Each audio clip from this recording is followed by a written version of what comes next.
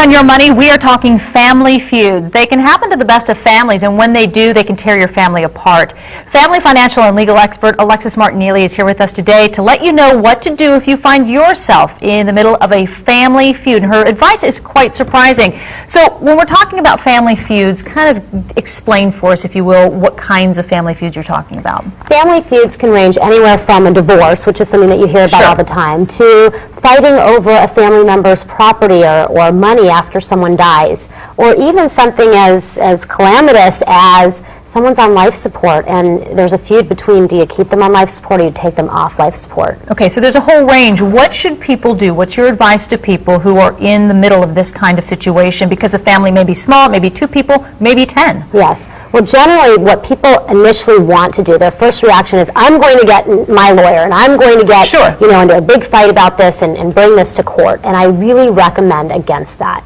Now, from a lawyer, this is very odd advice probably, but if you can work together as a family and come together to try and resolve these issues and come to agreement just between the family together, that's going to bring you a lot more peace. And so I really recommend that you surrender to the situation, accept what's going on, forgive the other person for whatever you feel the wrong is, and really try and bring it back to love. Well, isn't that difficult, though, when you do have some people who are more emotional than others, and there's some people who are going to stand their ground, and maybe somebody is going to get an attorney, and all the others can come together.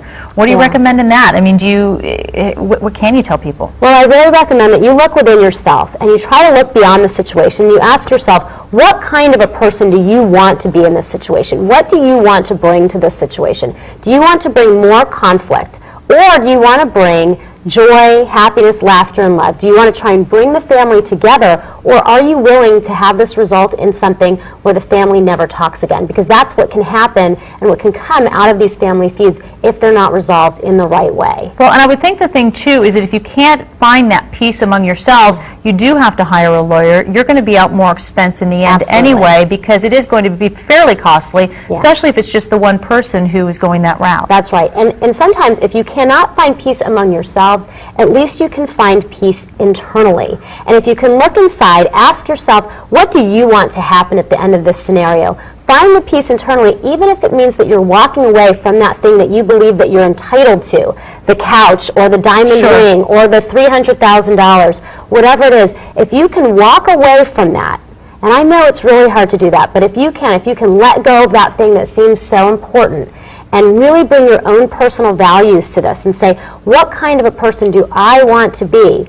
I want to be a bigger person than that thing that we're fighting over. What you can find on the other side of it is a freedom that otherwise you just can't know. It can be hard to think about, but what you just need to do is take a step back and assess the situation and take a deeper look within, and then you can maybe find some peace on the outcome there. That's right. And it'll save you money in the end as well. Absolutely. All right. Thank you, Alexis.